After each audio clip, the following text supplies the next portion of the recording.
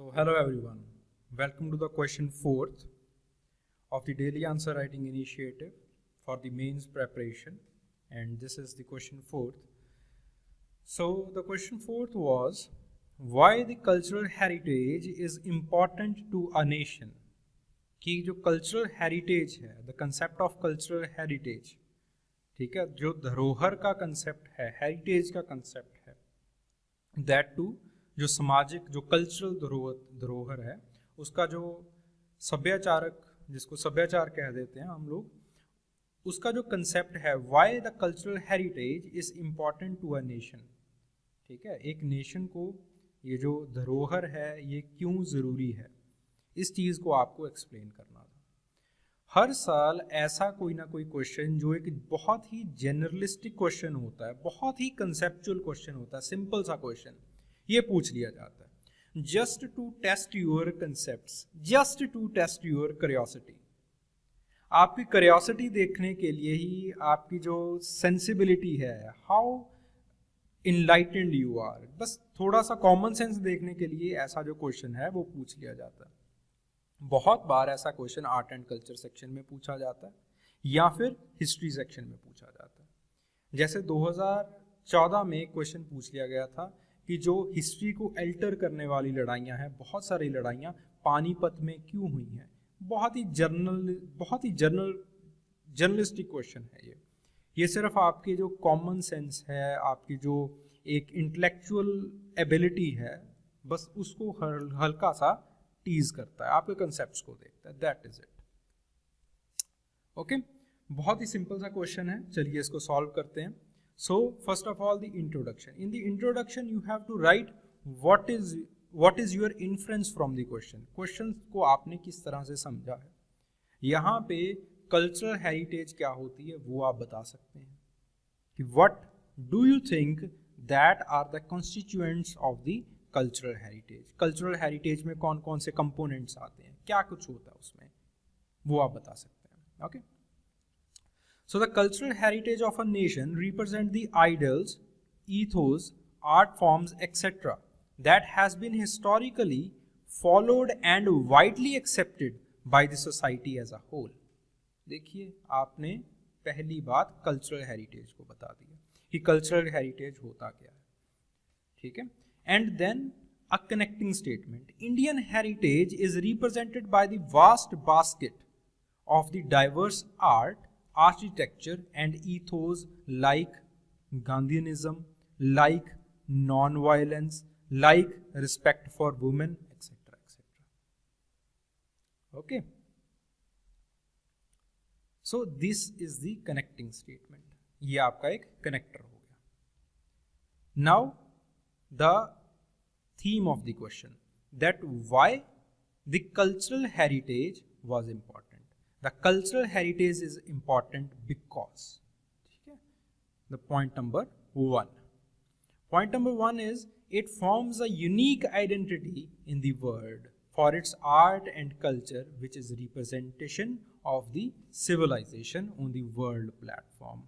ठीक है, for example जो हमारे ईथोस हैं, जो गांधीनिज्म का ईथो है, जो ईथो का मतलब है एथिक्स, ठीक है, जो नॉन वायलेंस है, जो नॉन वायलेंस की जो एक हमारे अंदर वैल्यू है, जो हमारे अंदर परसिवरेंस की वैल्यू है, जो हमारे अंदर हार्ड वर्क की वैल्यू है, these values represent us on the world forum. For example, you have NAM, non-alignment movement. Non-alignment movement, India was a founding father of the non-alignment movement.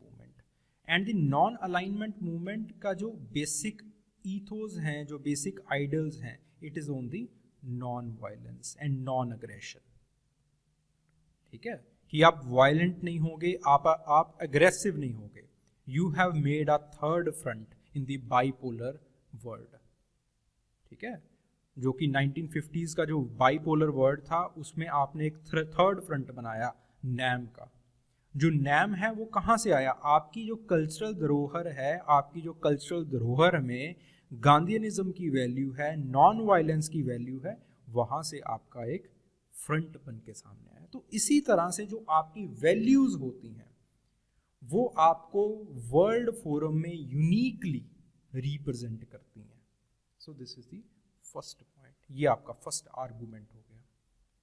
Now the second argument, for many tribal communities the art and craft is the source of income. For example bamboo craft, ठीक है, bamboo के बहुत सारी चीज़ें बनती हैं, कुर्सियाँ बनती हैं, टेबल बनते हैं, बहुत अच्छे आर्टिफैक्ट्स बनते हैं बैम्बू के, बहुत अच्छे जो म्यूजिकल इंस्ट्रूमेंट्स हैं, बांसुरी है वो बैम्बू की बनती है. Again all these things they are part of our cultural heritage. तो कल्चरल हेरिटेज जो है वो बहुत सारी ट्राइबल कम्युनिटीज को क्या दे रही है, रोजगार दे रही है. Got the point?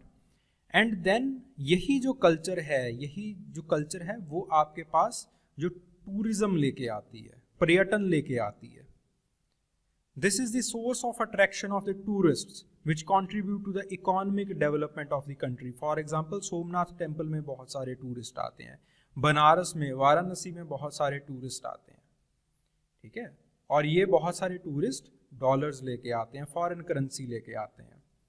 जब आपके पास टूरिज्म एक टूरिस्ट अट्रैक्शन कोई सिटी बन जाता है, वहाँ पे फॉरेन करेंसी आनी स्टार्ट हो जाती है, ऑटोमेटिकली जो ग्रोथ है वो उस पर्टिकुलर सिटी की, वो उस पर्टिकुलर टाउन की होनी शुरू हो जाती है.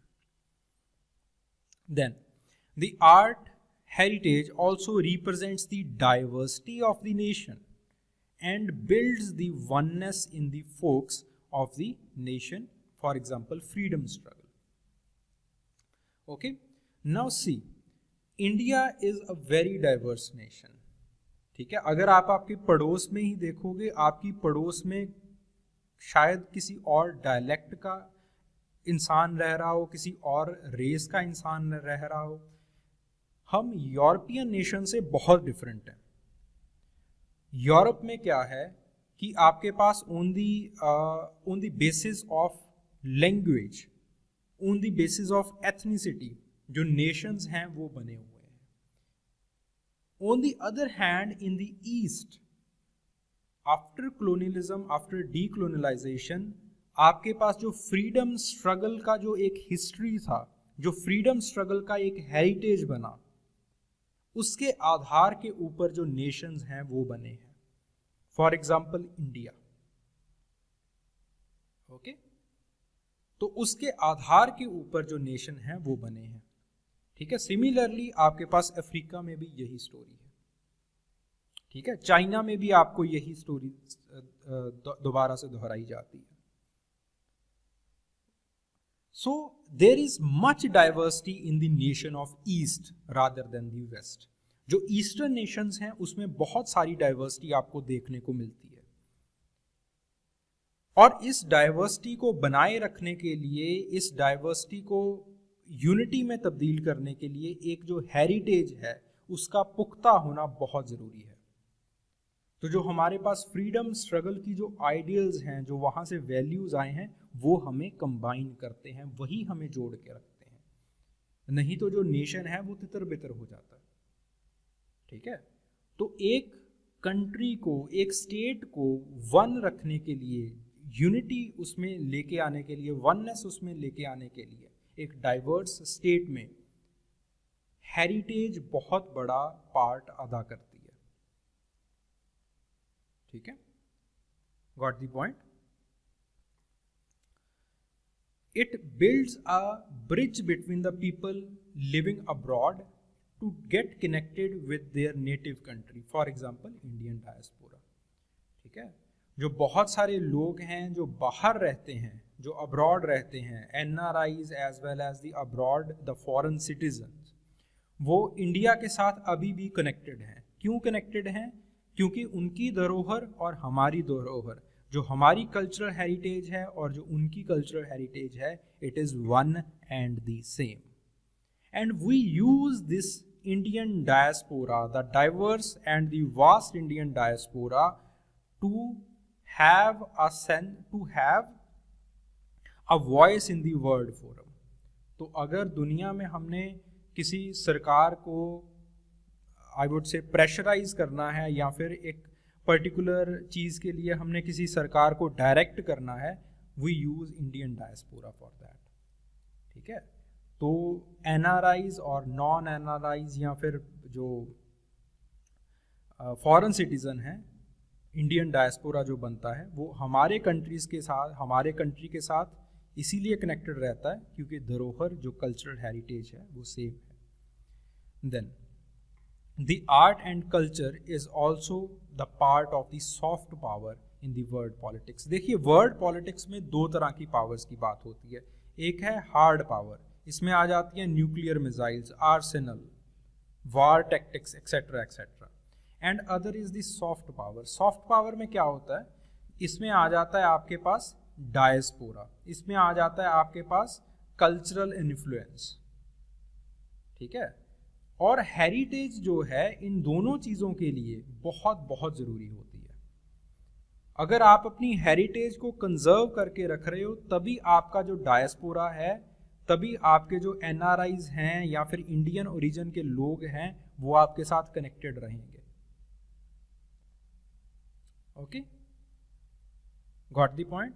अगर आपका कल्चरल हेरिटेज अच्छा है, अपीलिंग है लोगों को, बॉलीवुड मूवीज अपीलिंग है, कल्चरल हैं, अच्छी बन रही हैं, अच्छी आइडियोलॉजी को रिप्रेजेंट कर रही हैं, they will be promoted abroad also.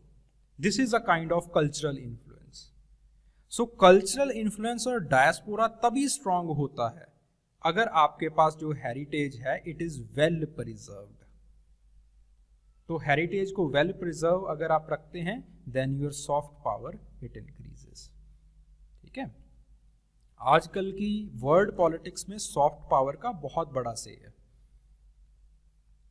Now the question has ended. आपने सभी जो आपके डायमेंशंस थे उनको आपने एड्रेस कर दिया।